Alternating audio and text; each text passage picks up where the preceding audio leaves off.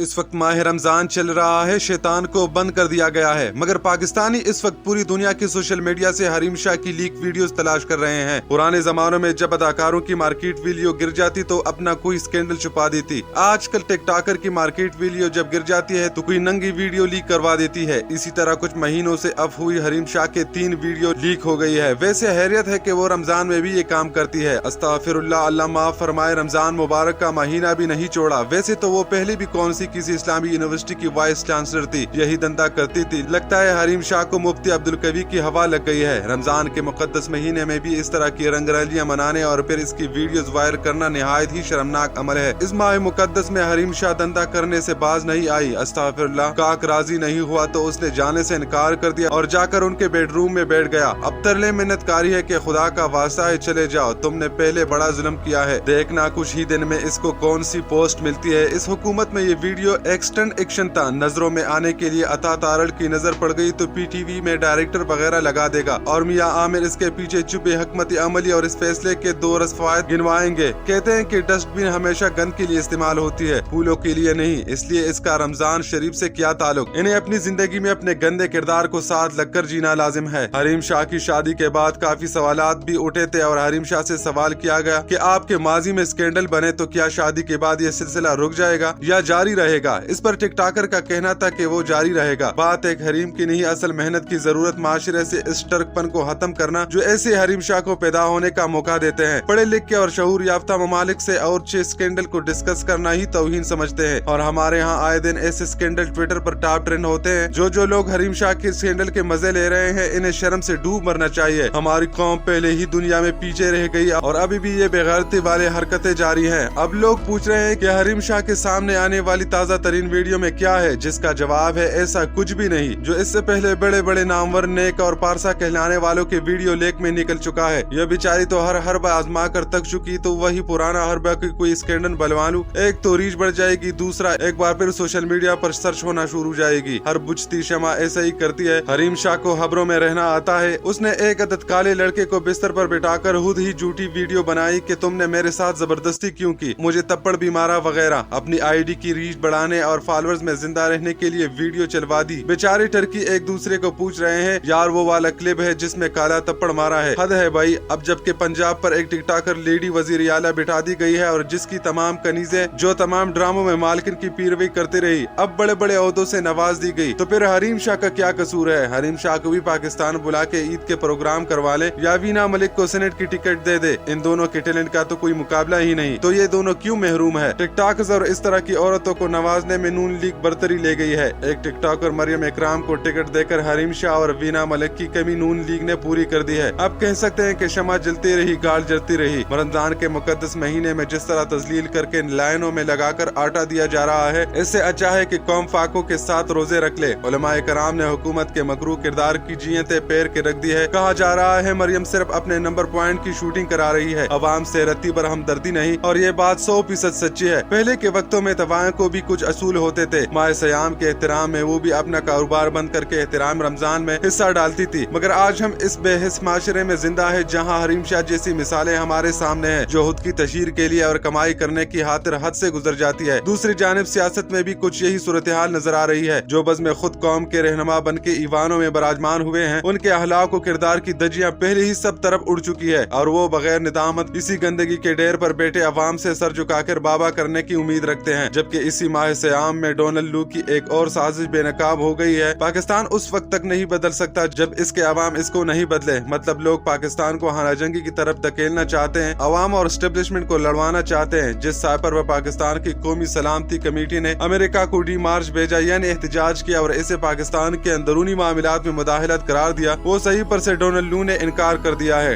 Donald لو نے جس سائپر سے انکار کیا ہے تو اسی سائٹ پر عمران خان کو سزا کیسے ہو سکتی ہے؟ لیکن اگر صحیح پرتا نہیں تو پاکستان نے ڈی مارچ کس بات کے لیے اور کس کو کیا تھا؟ اگر ڈی مارچ کیا تو اس کا مطلب ہے سازش تھی۔ اگر یہ سب تھا تو عمران خان کو تو لیجنڈ ڈکلیئر کرنا چاہیے، اس نے سازش بے نقاب کی تھی۔ عمران خان کو پہلے ہی سزا ہو چکی، اب جو قومی سلامتی کمیٹی اجلاس کا حصہ تھے ان کو پھر جھوٹے سائپر ڈی مارچ کرنے پر سزا ہونی چاہیے۔ یہ سب خوب و زور و شور سے چل رہا ہے، سب ایک حمام میں ننگے کڑے ہیں۔ کہاں ہے رمضان کا تقدس اور احترام؟ رمضان کریم کا تقدس یہ ہے کہ اس ماہ مبارک میں بطور